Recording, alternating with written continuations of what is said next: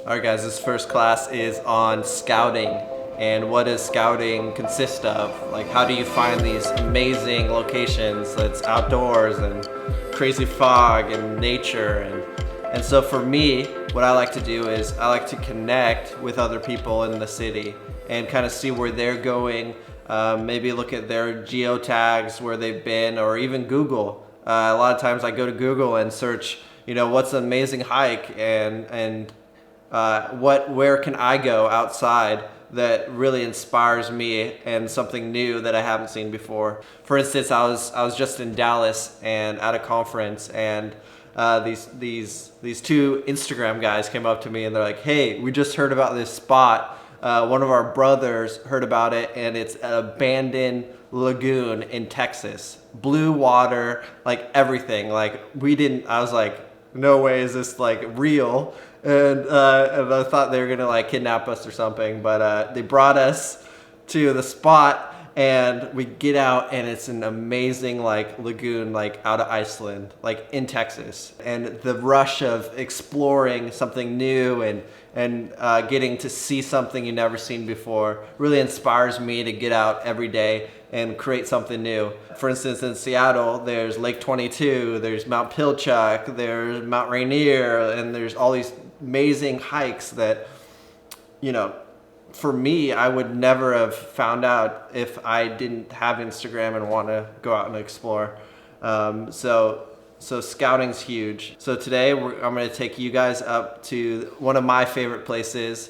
It's this highway that goes over the mountain pass in Seattle, and kind of show you some amazing locations that I love, and kind of how to find these locations for you. So if you're in Texas, how to hear about the most amazing blue lagoon, something like that. Or if you're in, New York, how to go upstate and find something cool over there, So hopefully you guys can through this class, research and network and find those locations that you guys can capture and share with this class.